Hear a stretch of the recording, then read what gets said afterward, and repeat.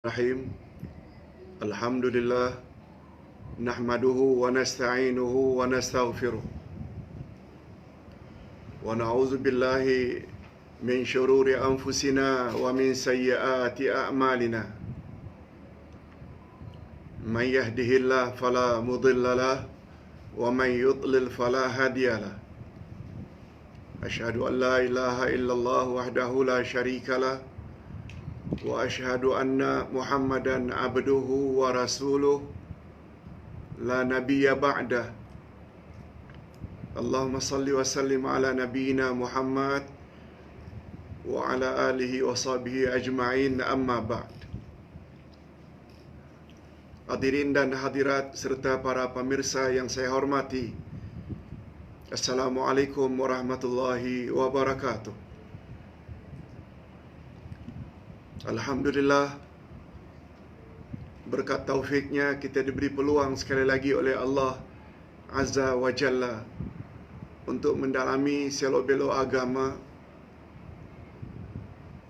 melalui Al-Asma'ul Husna. Subjek Al-Asma'ul Husna adalah subjek yang paling penting dan mustahak bagi kita orang Islam, umat Islam. Itu sebabnya para ulama banyak yang mengatakan awwaluddin ma'rifatullah. Awal-awal agama adalah mengenal Allah. Itu sebabnya kata Imam Ibnul Qayyim rahimahullah, sebagaimana Ustaz letakkan atau sebutkan pada bahagian belakang kulit ini, apa kata Imam Ibnul Qayyim? Andai kata kamu memiliki semua jenis ilmu, hanya saja yang kamu tidak miliki itu ilmu tentang Al-Asma'ul Husna. Kata Imam Ibnul Qayyim, andai kata kamu memiliki semua ilmu pengetahuan, cuma yang kamu tidak miliki adalah ilmu tentang Al-Asma'ul Husna, itu bermakna kamu belum memiliki apa-apa pun ilmu. Dari komen Imam Ibnul Qayyim ini dapatlah kita ketahui betapa tinggi kedudukan ilmu yang berkaitan dengan nama-nama Allah. Okey, nama Allah yang akan kita bahas pada pagi ini, setelah yang pertama kita membahas tentang Allah, lafzul jalalah. Yang kedua tentang Ar-Rabb minggu lalu.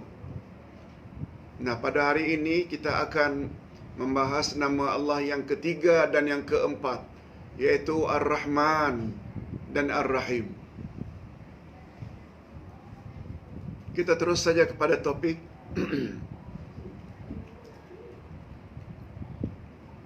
Ustaz sekalikan pembahasan Ar-Rahman dengan Ar-Rahim ini, sebab kedua-dua nama Allah ini asalnya satu. Maknanya asal perkataannya yaitu rahmat.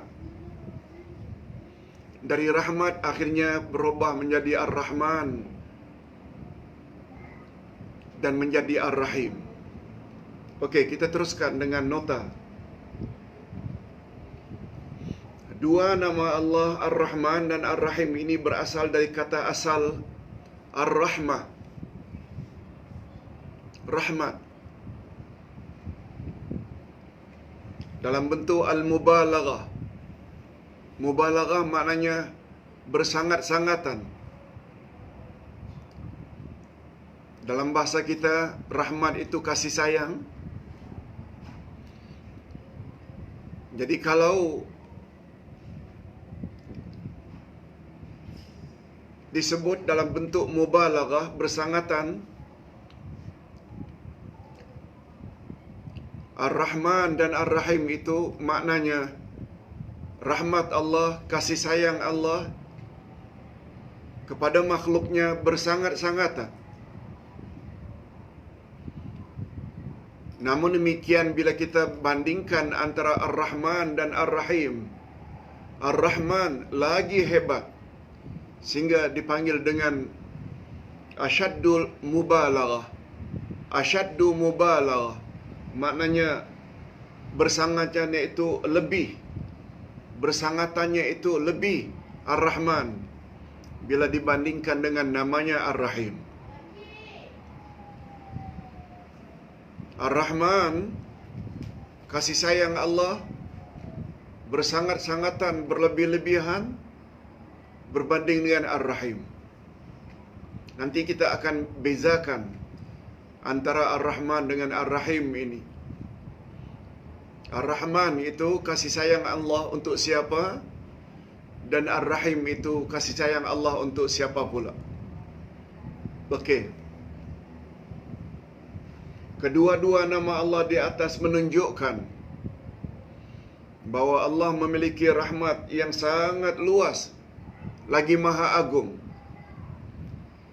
yang mencakupi segala sesuatu dan bersifat umum, termasuk semua yang hidup. Dan Allah tetapkan secara khusus rahmatnya untuk orang-orang yang bertakwa. Jadi rahmat Allah ke atas orang yang bertakwa, takwa dengan makna buat apa yang Allah suruh, jauhi apa yang Allah larang. Kasih sayang Allah bersangat-sangatan melebihi daripada kasih sayang Allah kepada orang-orang yang tidak bertakwa pada Allah.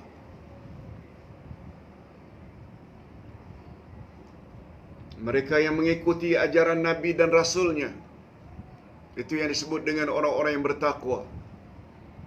Dalam hal ini, supaya kita lebih yakin, siapa yang cakap demikian, siapa yang sebut demikian, rahmatnya yang bersangat-sangatan itu layak diterima oleh orang-orang yang bertakwa sahaja.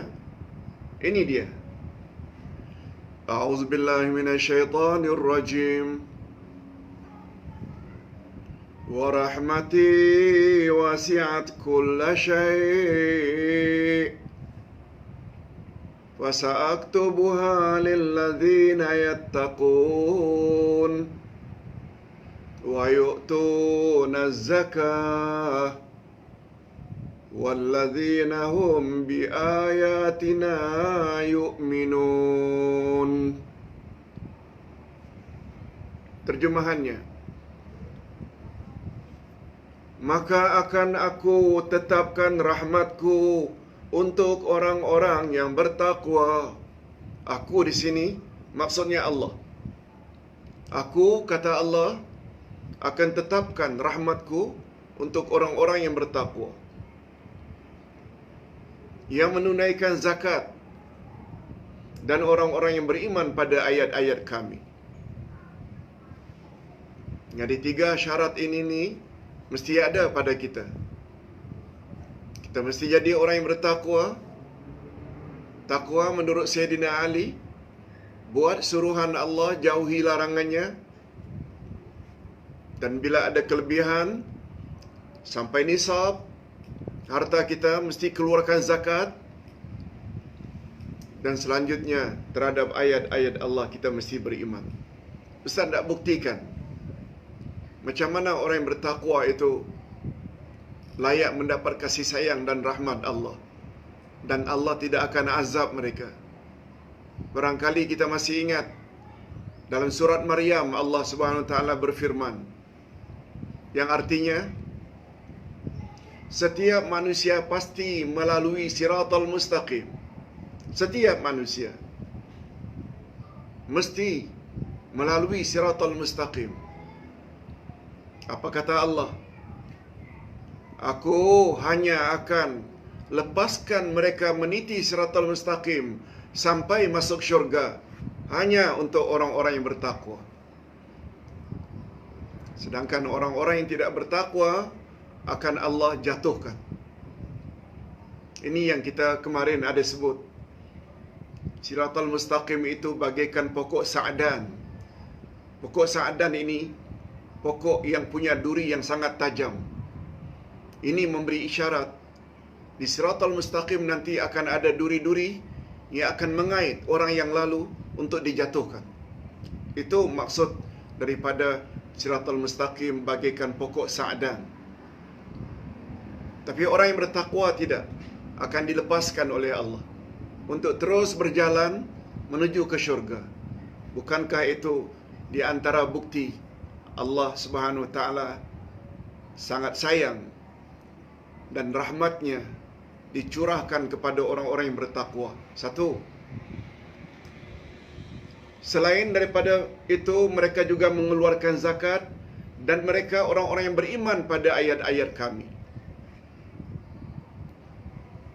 Kalau Ustaz boleh buktikan, orang-orang yang beriman pada ayat-ayat Allah, mereka akan mendapat rahmat kasih sayang Allah.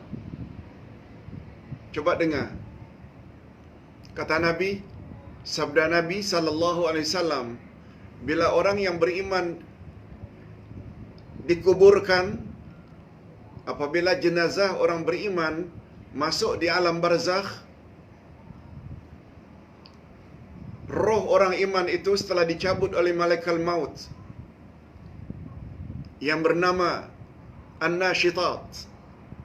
Kita dah jelaskan minggu lalu beza dengan An-Nazi'at dengan An-Nashitat. An-Nazi'at iaitu menarik nyawa dengan keras, ditugaskan untuk menyabut nyawa orang-orang kafir.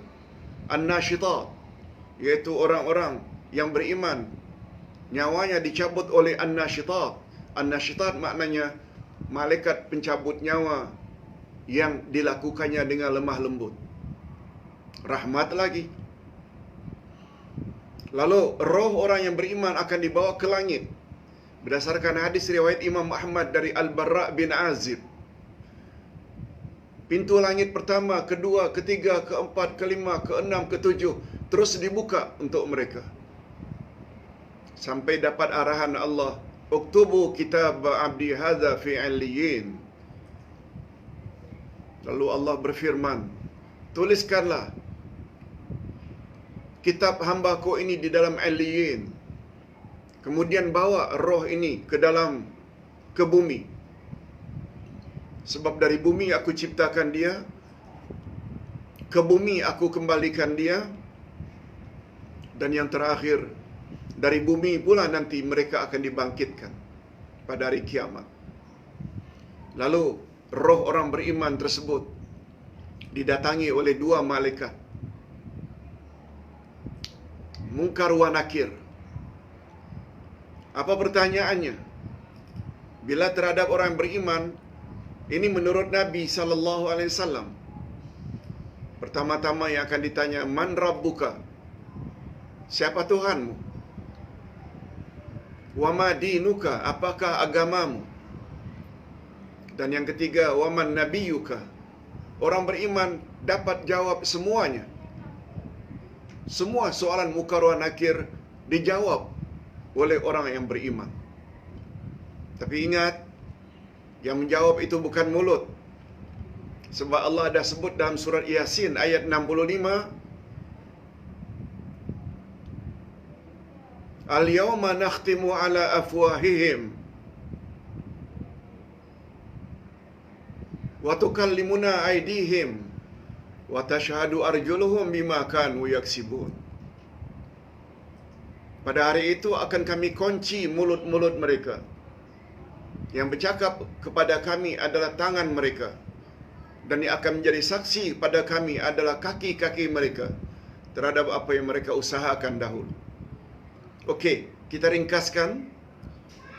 Setelah semua jawapan yang tiga tadi dijawab dengan baik, dengan sempurna oleh orang yang beriman, lalu malaikat tanya yang keempat, "Wa ma 'allamaka?" Dari mana kamu perolehi semua jawapan itu? Ternyata benar belaka. Coba dengar apa orang mukmin jawab. Mudah-mudahan ini yang akan menjadi jawaban kita nanti di alam barzakh. Apa kata orang mukmin tersebut menjelaskan kepada Munkar wa Nakir? "Qara'tul Quran wa amantu bihi wa saddaqtu. Itu dia jawabannya. Hadis sahih. Semua soalan kamu aku jawab. Karena aku di dunia dulu baca Quran. Wa amantu bihi, dan aku beriman dengan apa yang ada dalam Quran. Wa saddaqtu, dan aku benarkan kandungan Quran yang aku imani itu. Aku tidak ragu, itu maksudnya. Ingat, kewajiban kita terhadap Quran ada 5. Beriman pada Quran. Tak cukup hanya iman, hanya dalam bentuk iman percaya. Tilawatuhu, baca Quran. Al-fahmu bihi, memahami Quran. Al-amalu bihi, mengamalkan apa yang telah kita baca, fahami dan imani itu. Kemudian terakhir baru kita sebar-sebarkan sesuai dengan kemampuan kepada orang lain. Cuba tengok, Ustaz Ayan nak membuktikan macam mana Allah Subhanahu wa taala rahmatnya telah ditetapkan oleh Allah. Pertama untuk orang yang bertakwa, kedua untuk orang yang mengeluarkan zakat, yang ketiga untuk orang yang beriman dengan ayat-ayat Quran. Beriman dengan makna tadi. Itu sebabnya definisi iman, kata Nabi, laisal iman bitamanni walakin ma waqara fil qalbi wa saddaqahul amal.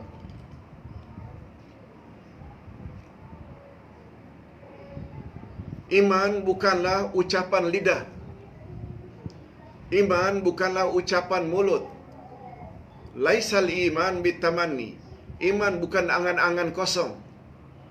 Walakin ma waqara fil qalbi wa saddaqahul amal.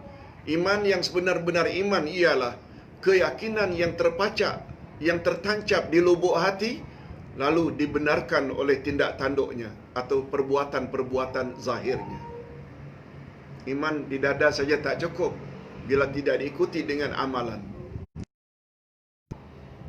Jadi orang-orang yang membaca Quran, memahami Quran, mengamalkannya dalam kehidupan sehari-hari, mereka layak mendapat rahmat Allah di akhirat nanti. Sebelum di akhirat lagi, iaitu di alam barzakh. Di akhirat lain lagi. Kita juga dah bahaskan pada pelajaran terdahulu.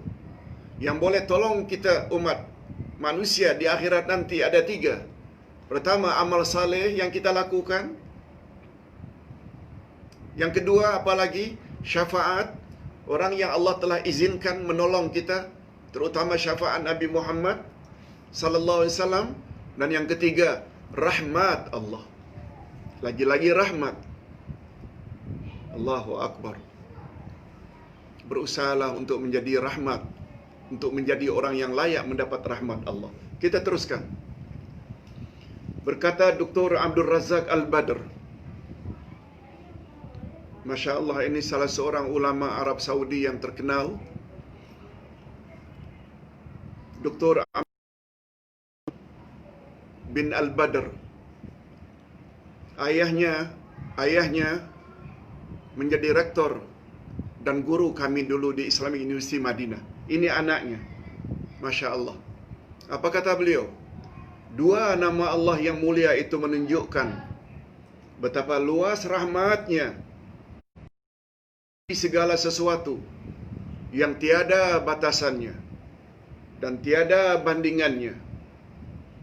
Samudra rahmatnya tiada tepiannya. Allahu Akbar. Allahu Akbar. Sungguh luas rahmatnya sehingga dapat dinikmati oleh makhluk yang berada di atas dan makhluk yang berada di bawah. Semuanya dapat merasakan kesan dari rahmat Allah. Segala kebaikan yang mereka perolehi adalah kesan dari rahmat Allah. Demikian juga segala keburukan yang terhindar dari mereka adalah kesan dari rahmat Allah.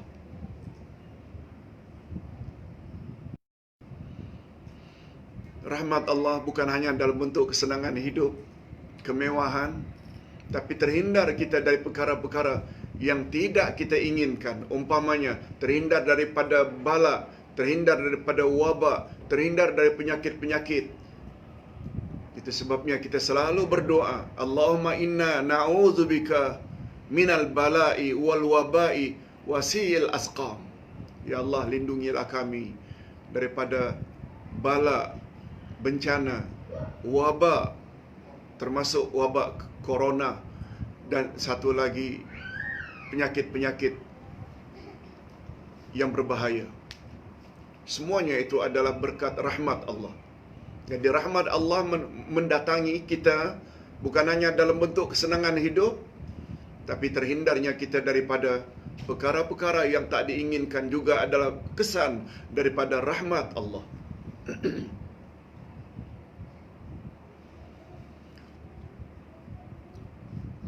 Kita teruskan dengan pembahasan berikutnya, iaitu makna Ar-Rahman. Makna Ar-Rahman dan makna Ar-Rahim.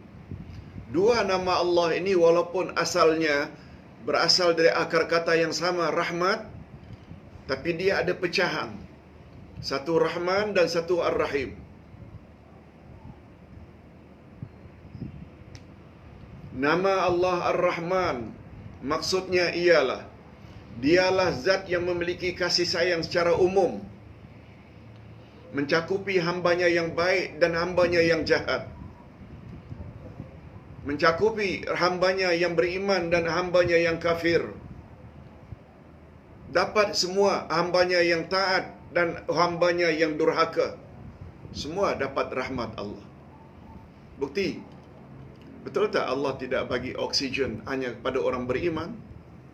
Allah juga bagi oksigen supaya boleh bernapas dengan lega pada orang-orang kafir, padahal mereka menyembah berhala, padahal mereka rasuah, padahal mereka berzina, padahal mereka minum arak. Mereka hidup selesa saja. Malah diberi rezeki kadang-kadang lebih banyak daripada Allah beri rezeki kepada orang-orang yang beriman. Itu maksudnya Rahman. Dengan bahasa lain, bahasa mudah, Ar-Rahman maknanya kasih sayang Allah kepada makhluknya tidak pilih bulu, tidak pilih bulu. Semua dapat. Hal ini karena dialah yang menciptakan mereka semua. Dialah yang memberi mereka rezeki. Dialah yang berlemah lembut kepada hamba-hambanya, yang enggan bersyukur atas apa yang dia anugerahkan. Jadi orang yang syukur nikmat diberi oleh Allah rahmatnya, orang-orang yang kufur nikmat, yang telah salah gunakan nikmat Allah, juga Allah beri keselesaan hidup. Ini semua termasuk di dalam nama Allah Ar-Rahman. Dengan bahasa lain, kasih sayang Allah kepada manusia tak pilih bulu. Dia orang Muslim ke, dia orang kafir, dia orang fasik ke, dia orang taat. Dialah yang menjadikan mereka sebagai khalifahnya di atas muka bumi. Dia memberi kepercayaan kepada mereka semua di dalam kerajaannya untuk menguji mereka siapa di antara mereka yang paling baik amalannya. Jadi Allah SWT cipta kita ini, sebenarnya Allah nak menguji. Allah nak lihat siapa di antara kita amalan kita yang paling baik. Bukan yang paling banyak. Beza. Baik dengan banyak beza. Baik itu yang ada kualiti. Bukan banyaknya, bukan berdasarkan kuantiti. Dan syarat baru dikatakan baik dan selanjutnya diterima oleh Allah bila ia dilakukan dengan niat yang ikhlas, dan yang kedua, dia lakukan amal itu ikut cara yang telah disyariatkan oleh Nabi Muhammad sallallahu alaihi wasallam. Abu Hurairah meriwayatkan bahawa Abu Hurairah mendengar Rasulullah sallallahu alaihi wasallam bersabda, tolong renung baik-baik kandungan daripada hadis Nabi ini. Ja'alallahu ar-rahmah mi'ata juz'in fa amsaka indahu tis'atan wa tas'ina juz'a wa anzala fil ardi juz'an wahida wa min dhalikal juz' yatarahamul khalq hatta tarfa'u al-farasa hafiraha an waladiha khasyata an tusibah. Allahu akbar. Hadis riwayat Imam Bukhari, hadis sahih. Cuba renung maknanya. Allah telah menjadikan 100 rahmat. Allah Subhanahu Wa Taala telah menjadikan 100 macam rahmat, 100 macam kasih sayang. Lalu Allah tahan 99 daripadanya. Dari 100, 99 bahagiannya ditahan oleh Allah. Lalu dia turunkan hanya 1 bahagian saja rahmatnya ke permukaan bumi. Dari 100, 99 Allah tahan. Allah tangguhkan pemberiannya. Dari 100 itu hanya 1 Allah turunkan ke permukaan bumi. Lalu apa kata Nabi? Disebabkan rahmat yang 1 bahagian itu, maka seluruh makhluk mempunyai rasa kasih sayang antara sesama mereka. Suami dengan isteri, isteri dengan suami, ibu bapa pada anak-anaknya, anak-anaknya terhadap ibu bapaknya. Bukan hanya antara manusia, juga antara binatang. Lalu apa kata Nabi? Sehingga seekor kuda akan mengangkat kakinya menjauhi anaknya karena khawatir menimpanya. Kata ulama hadis, maksudnya, andai kata kuda di suatu kandang melahirkan anaknya, anaknya keluar daripada rahimnya, kandangnya pula sempit,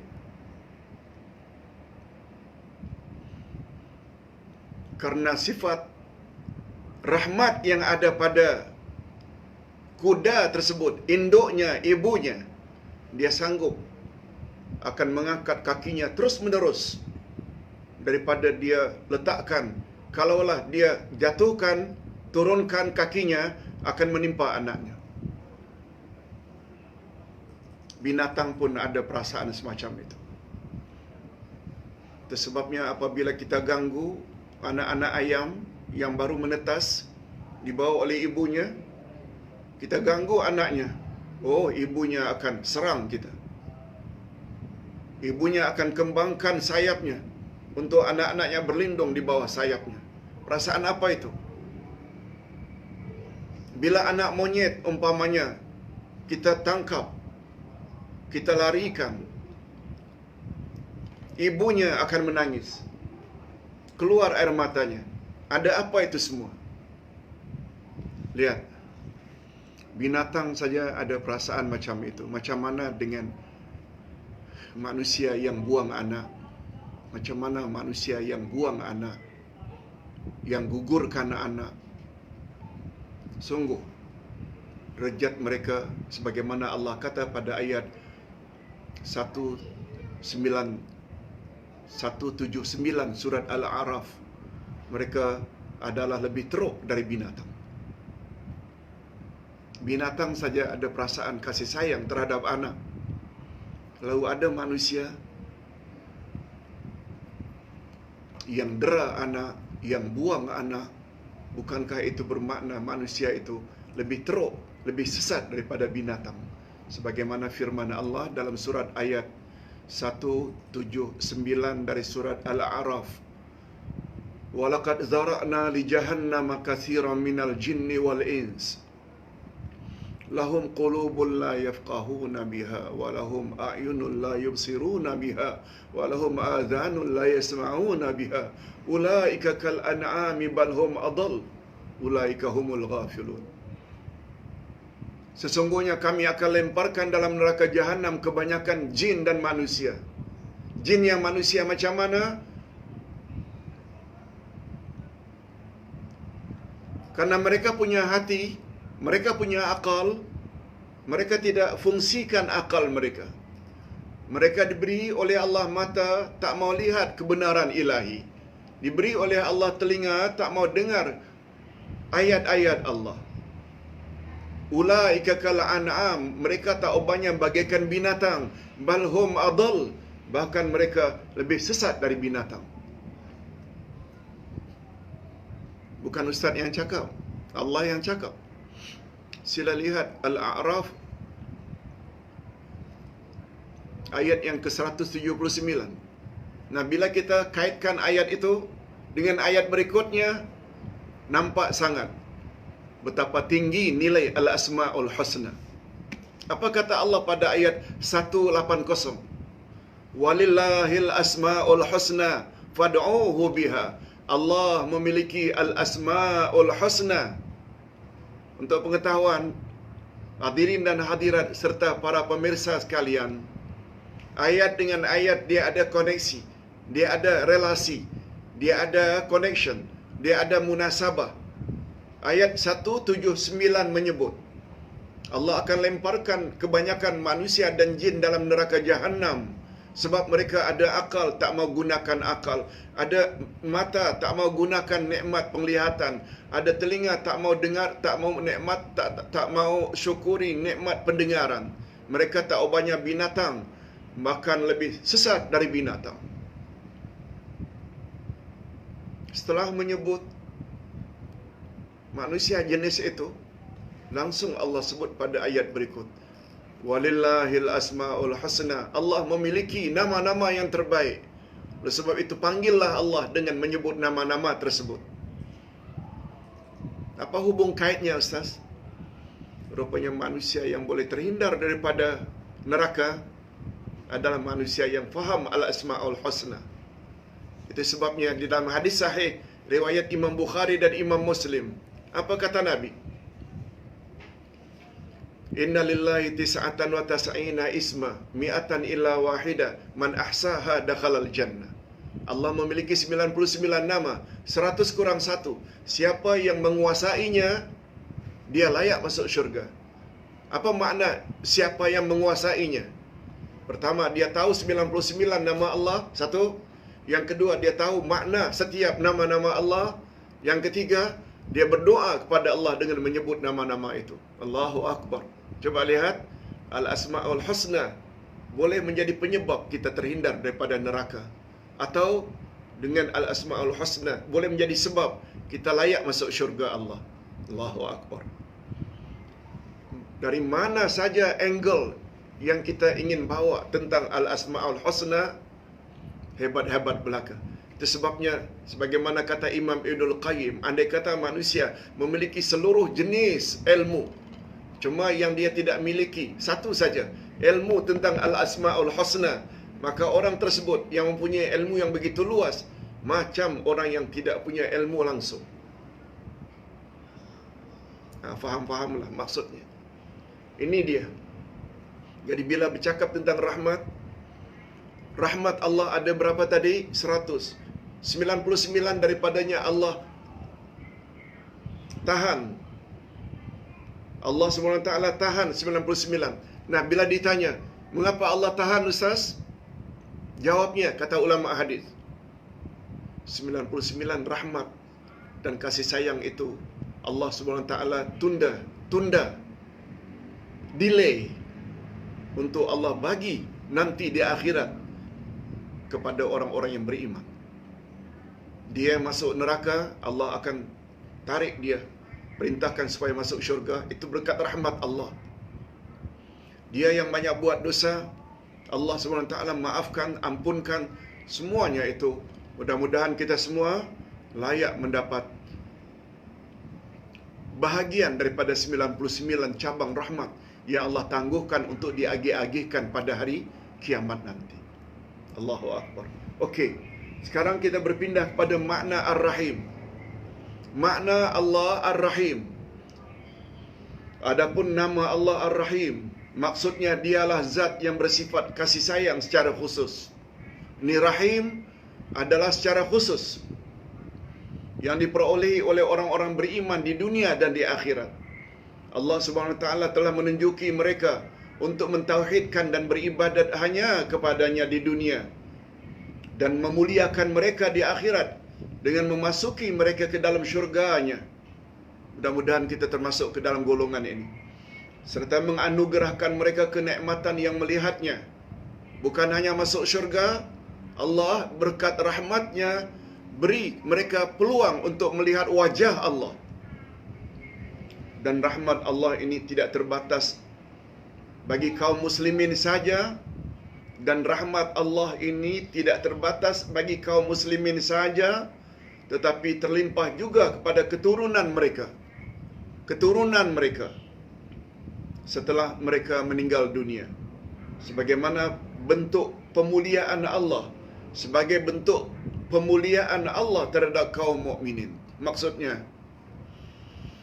rahimnya Allah ini Allah khaskan untuk orang-orang beriman saja di dunia dan di akhirat.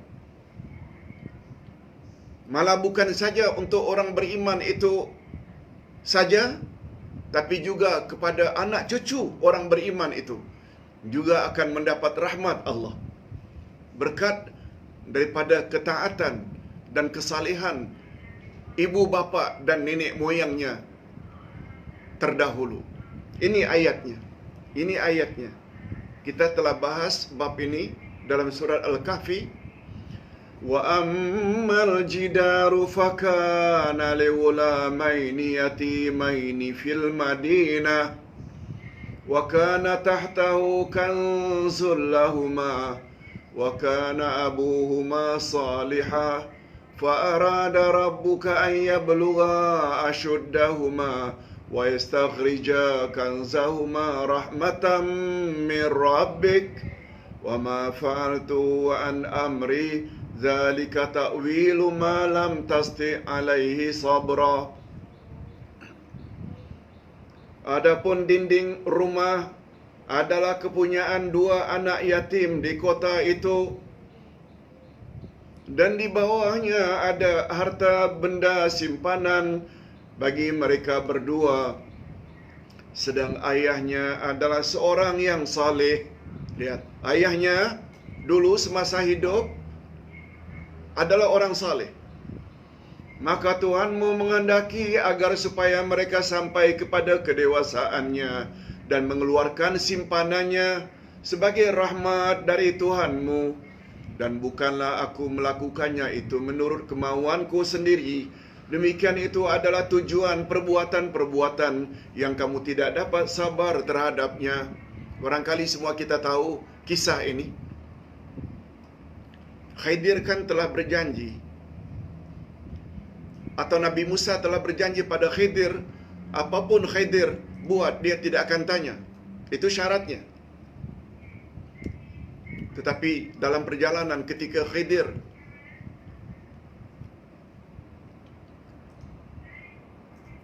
tolong menegakkan tembok yang condong dari rumah anak yatim, Nabi Musa mula bertanya, mengapa kamu bantu rumah anak itu yang penduduknya tidak hormati kita? Sebab mereka minta dijadikan tetamu. Mereka juga minta makan tapi tidak dibagi. Mengapa kamu tolong? Kalau masyarakat ini sikapnya seperti itu. Rupanya Khidir menolong itu dia ada kaitannya. Allah SWT telah beri aku maklumat bahawa anak tersebut adalah anak yatim yang bapaknya dulu ada tinggalkan peninggalan harta cuma ditanam di bawah tembok, dan tembok itu condong yang apabila jatuh akan terbongkarlah barangkali akan dicuri orang. Jadi untuk menyelamatkannya lalu ditegakkan dindingnya. Perkara ini disuruh oleh Allah bukanlah karena kebaikan anak yatim tersebut, tapi ada kaitannya dengan rahmat Allah kepada bapaknya yang dulu semasa hidupnya adalah orang saleh. Nah, itu maksudnya. Jadi rahmat Allah ini sangat luas. Mudah-mudahan kita semua termasuk sebagai ibu bapa yang saleh, sehingga kelak anak cucu kita di belakang hari akan mendapat pertolongan atau rahmat daripada Allah Azza wa Jalla. Ini belum lagi kita bercakap tentang di akhirat nanti. Setelah couple tersebut, suami isteri masuk syurga, Allah SWT arahkan malaikat. Dalam surat Ar-Ra'd ada menyebut. Apa kata Allah pada malaikat? Masukkan juga, hei para malaikat, couple itu, suami isteri, bersama dengan orang-orang saleh dari kalangan ibu bapaknya, dari kalangan anaknya, dari kalangan zuriatnya. Kata ulama tafsir, maknanya couple, pasangan yang saleh salihah, atau salah seorang daripadanya masuk syurga, anak mereka juga akan dapat serpihan rahmat dengan layak masuk syurga. Yang mustahak anak tersebut hendaklah anak yang saleh. Walaupun derajat kesalehan anaknya dan cucu cicitnya tak sama dengan derajat kesalehan mak bapaknya yang masuk syurga. Ini antara lain rahmat Allah itu sangat luas. Dan ini adalah bahagian daripada rahim, bukan rahmat. Rahman itu kasih sayang Allah untuk semua. Dia orang baik ke orang jahat, tapi rahim tidak. Okey. Sekarang kita teruskan dengan penjelasan perbezaan antara Rahman dan Ar-Rahim. Perbezaan antara nama Allah Ar-Rahman dengan Ar-Rahim. Kedua-dua nama Allah ini mengandungi makna rahmatnya yang sangat luas. Namun demikian terdapat beberapa perbezaan antara dua nama besar ini. Yang pertama, Ar-Rahman mengandung makna bersangatan yang lebih berbanding dengan Ar-Rahim. Karena bentuk fa'lan membawa makna fa'lan, dia sama dengan timbangan Rahman. Sedangkan Rahim itu fa'il. Ini dalam kaedah bahasa Arab. Lain bentuk, lain maknanya. Perkataan Ar-Rahman menunjukkan betapa luas dan menyeluruh rahmat Allah. Perkara ini menghimpun, perkataan ini menghimpun segala makna rahmat. Oleh itu perkataan Ar-Rahman tidak ada bentuk musanna, iaitu untuk menyatakan dua, dan tidak pula ada bentuk jamak. Untuk Rahman satu saja, sebab dia mencakupi segala-galanya. Jadi perkataan Ar-Rahman menunjukkan bahawa Allah mempunyai rahmat yang menyeluruh, mencakupi seluruh makhluknya. Apakah mereka mukmin atau kafir, tidak ada yang wujud di alam ini kecuali mendapat rahmatnya. Adapun Ar-Rahim, dia mempunyai rahmat untuk orang-orang yang beriman pada hari pembalasan. Mudah-mudahan kita layak mendapat rahimnya Allah. Sebagaimana orang-orang yang beriman juga mendapat bahagian besar dari dua nama tersebut. Sama ada Ar-Rahman dan Ar-Rahim di dunia dan di akhirat. Ini kelebihan orang-orang yang beriman. Ya Rahman, Ya Rahim, irhamna. Ya Rahman, Ya Rahim, irhamna. Wahai Allah yang Maha Pengasih lagi Maha Penyayang, kasihi dan sayangilah kami. Amin ya Rabbal Alamin. Yang kedua, perbezaan antara Ar-Rahman dengan Ar-Rahim. Ar-Rahman menunjuk kepada sifat subutiyah zatiyah yang tidak terpisah sama sekali dengan zatnya. Subutiyah zatiyah maknanya senantiasa rahmat Allah itu. Tak kira orang itu baik ke atau jahat, itu ada dalam Ar-Rahman. Sedangkan Ar-Rahim pula menunjukkan sifat subutiyah fi'liyah yang tertakluk pada kehendak Allah. Jadi Rahim Allah ini, Allah akan bagi sesuai dengan kehendaknya. Berbeza dengan Ar-Rahman. Tentang perbezaan subutiyah zatiyah dengan fi'liyah ini, kita telah ulang beberapa kali. Yang ketiga, Ar-Rahman adalah nama khas bagi Allah. Tidak boleh seorang pun selain Allah menggunakan nama tersebut, dan tidak pula disifati dengan sifat tersebut. Kata Imam Ibnul Qayyim, Ar-Rahman ini adalah nama khas untuk Allah. Manusia kalau mau diberi nama pun, hendaklah diletakkan Abdu di depannya. Abdur Rahman boleh. Tak boleh dipanggil Rahman sahaja. Sebab Rahman ini khas untuk Allah. Berbeza dengan Rahim. Rahim ini boleh untuk Allah, boleh juga untuk manusia. Itu sebabnya kata ulama tafsir, Ar-Rahim dalam Quran disebut oleh Allah 115 kali. 115.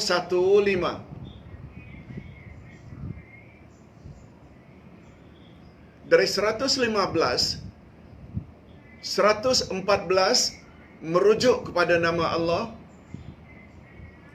Sedangkan Rahim yang satu lagi berbaki itu merujuk kepada Nabi Muhammad sallallahu alaihi wasallam. Sebab Nabi Muhammad juga punya sifat Rahim. Kasihnya luar biasa kepada umatnya.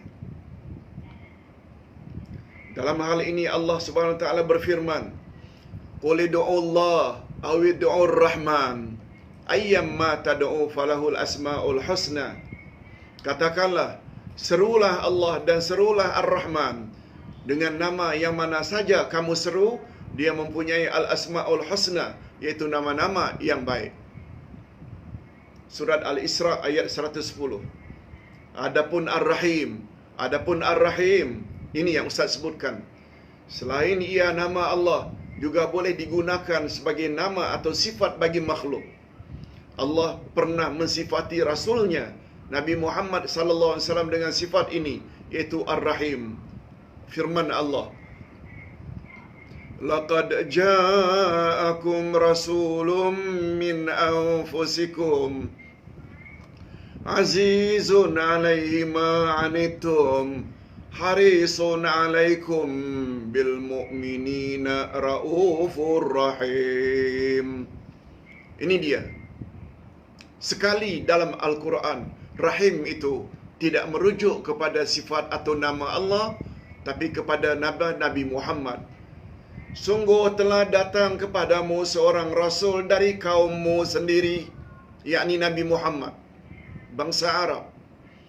Berat terasa olehnya penderitaanmu. Nabi Muhammad karena sayangnya pada umat, pada kaum, beliau sedih kalau ada di kalangan umatnya yang tidak percaya dengan apa yang beliau sampaikan. Sangat menginginkan keimanan dan keselamatan bagimu. Ini harapan Nabi kepada kita semua.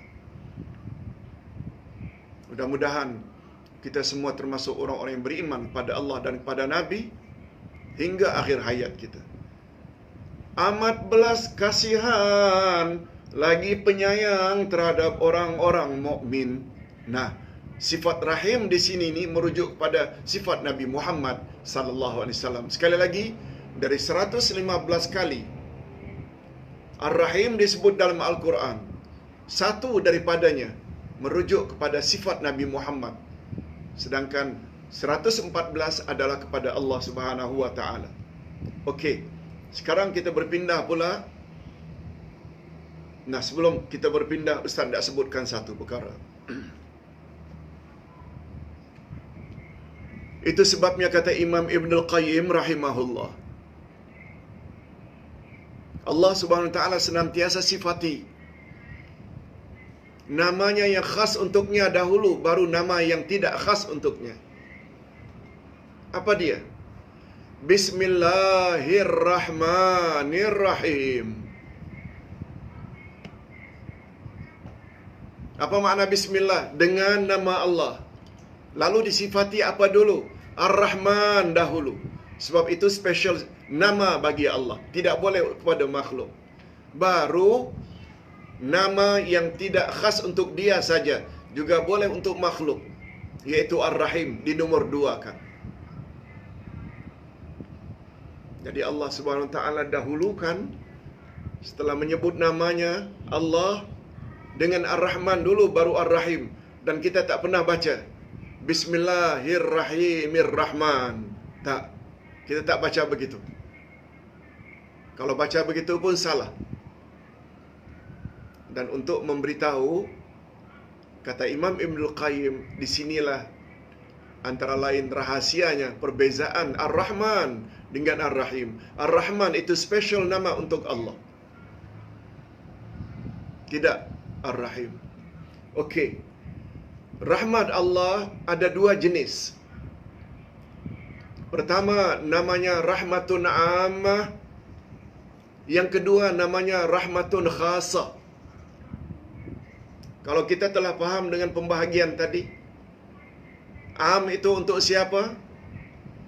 Ustaz gunakan istilah tadi, tak pilih bulu. Sayangnya Allah kepada orang Islam, kepada orang kafir, orang taat, kepada orang durhaka. Orang yang banyak beramal saleh atau orang yang bergumul dengan maksiat, itu namanya rahmatan ammah. Rahmat jenis ini mencakupi rahmat Allah untuk seluruh makhluknya. Semua makhluk layak mendapat rahmat Allah, iaitu dengan mengadakannya atau menciptanya, mendidiknya, memberinya rezeki, menganugerahkannya dengan bermacam nikmat, menyehatkan badannya, menundukkan segala makhluk untuk mereka. Kita dapat menunggangi gajah, kita dapat menunggangi kuda, kita boleh makan kambing, kita boleh makan apa saja untuk manusia. Menyehatkan badannya, menundukkan segala makhluk untuk mereka. Dan lain-lain segala jenis yang tidak dapat dihitung banyaknya. Ini namanya rahmatan ammah. Itu sebabnya kalau ada orang-orang yang durhaka, berbuat syirik, hidupnya mewah, banyak harta, kita orang beriman jangan terlalu silau melihatnya. Sebab bila mereka dalam kesenangan terus menerus sampai akhir hayatnya tidak taubat, tidak memeluk Islam, neraka Jahannam menunggu mereka di sana. Beza apabila kita walaupun hidup tidak punya status, walaupun hidup tidak kaya, tapi kita beriman pada Allah, beriman pada Allah, bertakwa pada Allah. Di alam sana nanti, malah sebelum alam akhirat, di alam barzah, kita akan hidup senang lenang. Mudah-mudahan kita semua layak mendapat husnul khatimah. Amin ya rabbal alamin. Yang kedua, rahmatan khasah. Rahmat khas atau rahmat jenis ini hanya Dia berikan untuk hamba-hambanya yang khas dari kalangan hamba-hambanya yang beriman. Di dunia mereka dicucuri rahmatnya dengan memberi mereka taufiknya, yakni izinnya dan restunya ke jalan yang lurus. Ini yang kita selalu bahas. Jalan yang lurus yang kita selalu minta, dan kita juga dah faham tafsiran jalan yang lurus itu. Itu Allah hanya akan bagi jalan yang lurus kepada orang-orang yang beriman saja. Dia termasuk rahmat khasa.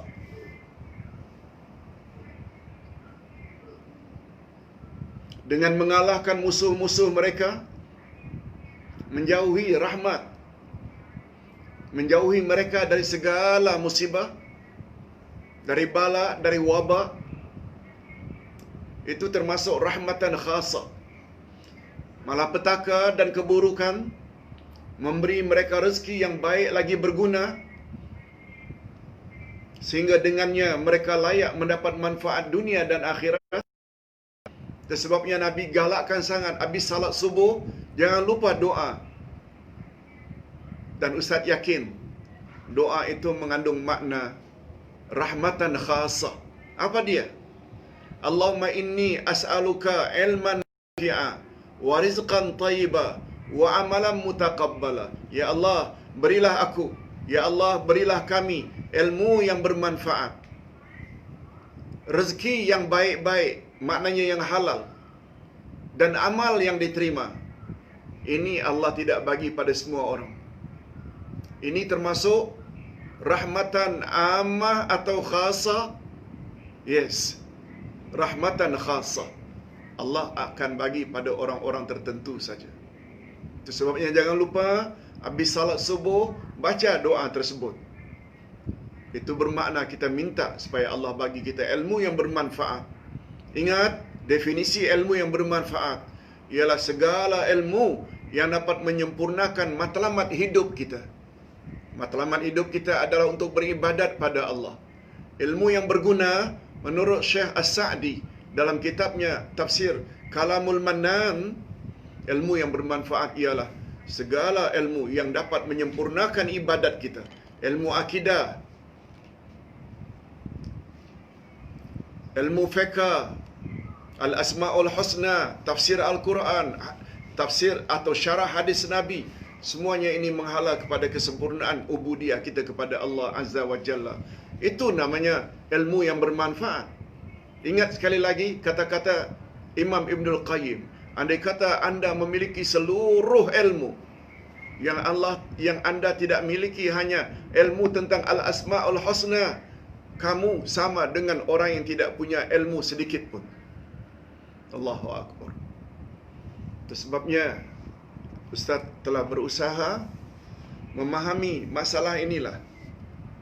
Buku macam ini Ustaz rasa perlu untuk dibuat. Mudah-mudahan dia menjadi peninggalan Ustaz yang berguna untuk Ustaz raih ganjarannya nanti di alam barzakh. Amin ya rabbal alamin. Hadirin dan hadirat rahimakumullah. Selanjutnya, di akhirat pula mereka akan ditempatkan pada tempat yang sangat istimewa di dalam syurganya, kekal abadi di dalamnya, dan dapat melihat wajah Allah. Dan dapat melihat wajah Allah. Hadirin dan hadirat rahimakumullah. Kita teruskan. Rahasia gandengan nama Allah dengan rahmatnya. Gandengan antara namanya Al-Ghafur, Maha Pengampun, dengan nama Ar-Rahim, Maha Penyayang. Apa rahasia gandengan dua nama ini? Allah berfirman, wa huwal ghafurur rahim. Dia Maha Pengampun lagi Maha Penyayang. Surat Yunus ayat 107. Gandengan dua nama ini menggambarkan kesempurnaan sifat Allah. Selain setiap nama mempunyai keistimewaannya tersendiri, Ghafur punya keistimewaan tersendiri, Maha Pengampun, Maha Pemaaf, Rahim, Maha Penyayang. Semua kita tahu masing-masing nama Allah ada keistimewaan tersendiri. Tetapi apabila dua nama Allah itu digabungkan, dia ada tambahan lagi keistimewaan dua nama Allah yang digabungkan itu. Gabungan ini menunjukkan bahawa ampunan Allah ke atas hambanya, walaupun sebenarnya mereka berhak disiksa berdasarkan keadilan Allah, namun berkat sifat penyayangnya mereka boleh dibebaskan oleh Allah dari siksaan. Ini semua menunjukkan betapa luas rahmat Allah yang telah dia tetapkan ke atas dirinya. Dan dari sudut kesempurnaan yang lain pula, sesungguhnya al-maghfirah, ampunan Allah, adalah at-takhliyah, iaitu pembersihan dari dosa dan menghilangkan segala yang dibenci. Sedangkan ar-rahmah pula kasih sayang Allah, iaitu at-tahliyah, iaitu mendapat sesuatu yang dituntut, iaitu nikmat dan ihsan.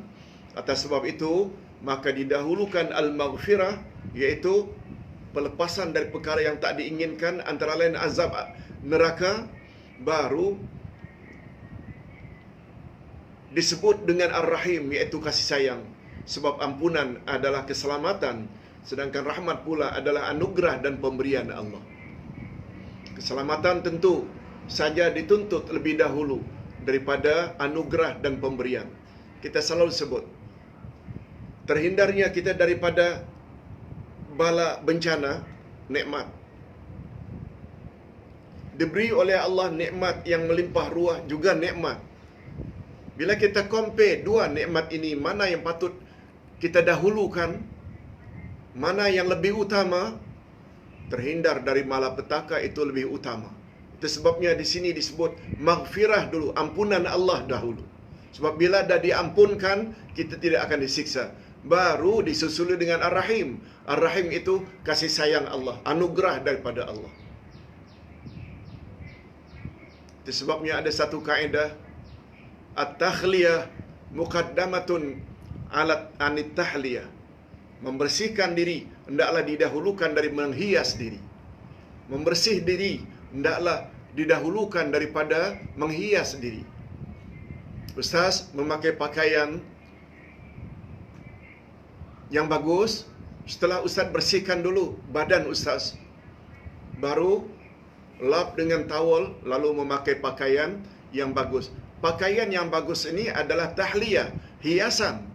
Sedangkan kerja Ustaz tadi di bilik air, buang air, bersihkan diri, itu adalah takhliyah, iaitu membersihkan diri. Nah, di sinilah rahasianya. Mana yang patut kita dahulukan? Tobat atau ibadat? Semua kita tahu, tobat hendaklah didahulukan, baru ibadat. Tobat itu membersihkan kita daripada dosa, sehingga terhindar daripada neraka, sedangkan ibadat pula untuk melayakkan kita masuk syurga. Itu sebabnya Allah SWT sebut pada surat At-Taubah ayat 112, At-Taibun dahulu baru Al-Abidun. Orang-orang yang bertobat dan orang-orang yang beribadat. Al-Hamidun, orang-orang yang memuji Allah. Disebut At-Taibun dahulu kerana dia adalah nikmat yang lebih utama. Itu sebabnya kata Sufyan bin Uyainah, seorang sahabat Nabi, pernah menyebut, tidak ada nikmat yang paling besar setelah nikmat aku memeluk Islam. Tidak ada nikmat yang paling besar setelah aku memeluk Islam kecuali nikmat adanya syariat tobat. Tobat itu termasuk nikmat yang sangat luar biasa. Okey. Yang kedua, sebagai contoh, gandingan dua nama Allah.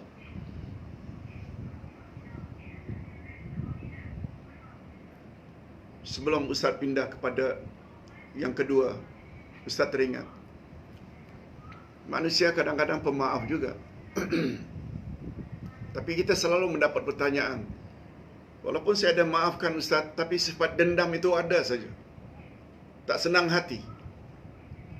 Lihat, manusia, kalaupun ada sifat pemaaf, masih lagi belum sempurna. Allah Subhanahu Wa Taala bukan saja pemaaf, malah orang itu dikasihani pula, tidak disiksa. Beza dengan manusia. Walaupun siap pemaaf itu bagus, tapi teringat saja, dendam akhirnya. Na'udzubillah. Lihat, menunjukkan betapa tidak sempurnanya sifat manusia. Yang kedua, gandingan antara nama Allah Ar-Ra'uf dengan Maha Penyantun Ar-Rahim.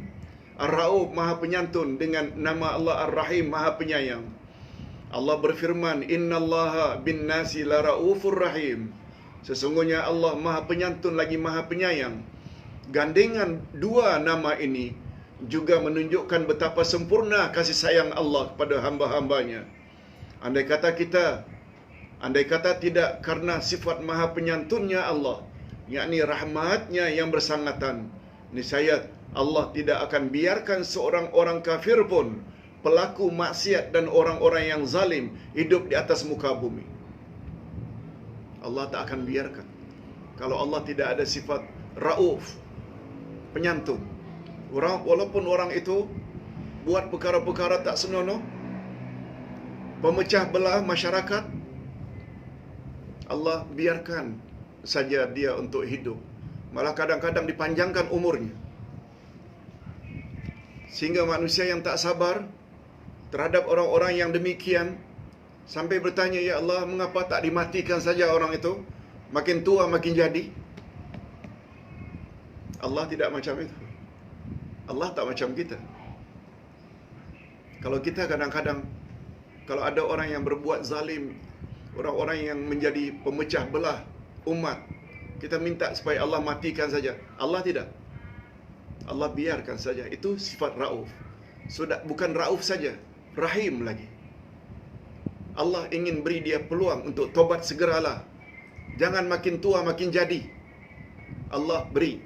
Ini makna Rauf. Kadang-kadang kita tak punya sifat macam itu. Nabi Muhammad sallallahu alaihi wasallam tidak pernah minta kepada Allah agar Abu Jahal, Abu Lahab itu supaya dimatikan segera. Tidak. Itu sebabnya Nabi Muhammad punya sifat Rahim. Itu sebabnya Nabi Muhammad ketika ke Taif, untuk mendapat protection, perlindungan, kerana orang Mekah dah ganggu beliau.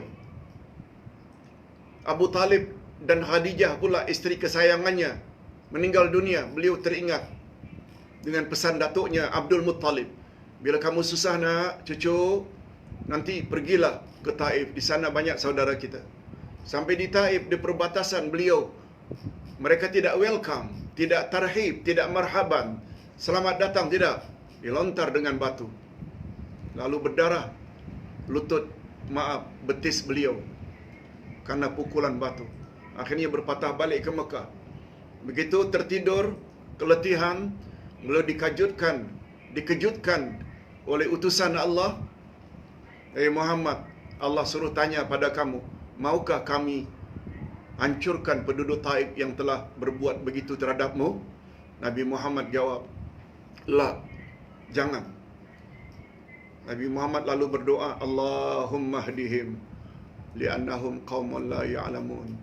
Ya Allah, berilah penduduk Taif itu hidayah, petunjuk, karena mereka buat begitu terhadap aku, karena mereka tak tahu lagi.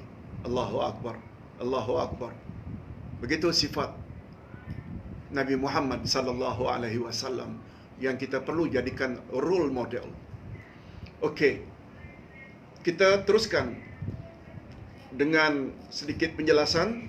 Gandengan dua nama ini juga menunjukkan betapa sempurna kasih sayang Allah kepada hamba-hambanya. Andai kata tidak karena sifat maha penyantun Allah, yakni rahmatnya yang bersangatan, niscaya Allah tidak akan biarkan seorang pun orang kafir, pelaku maksiat dan orang zalim hidup di atas muka bumi. Namun demikian, berkat santunannya, yakni kasih sayangnya yang bersangatan, maka mereka dia biarkan hidup walaupun mereka bergulumang maksiat.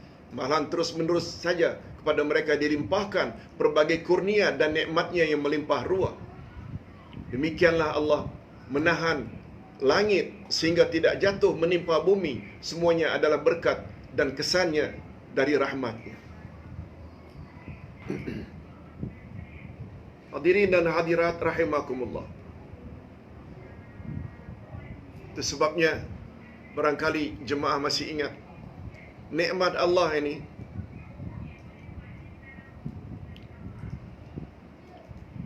Allah anugerahkan ada 3 motif.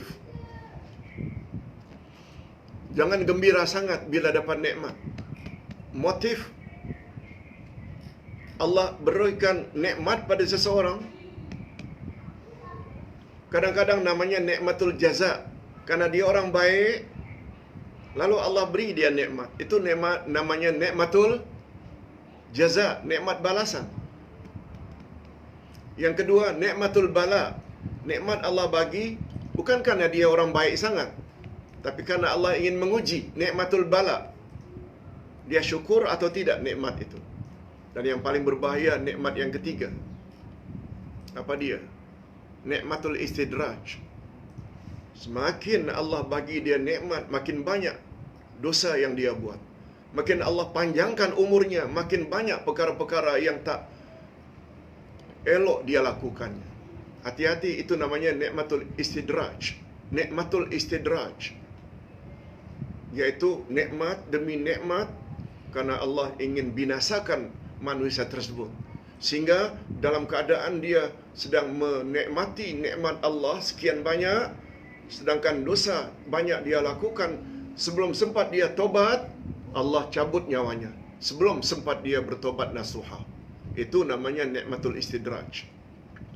Itu sebabnya Umar ibn Khattab, begitu diangkat menjadi khalifah Ar-Rashidin yang kedua, beliau berdoa, Allahumma inni a'udzubika min an akuna mustadraja.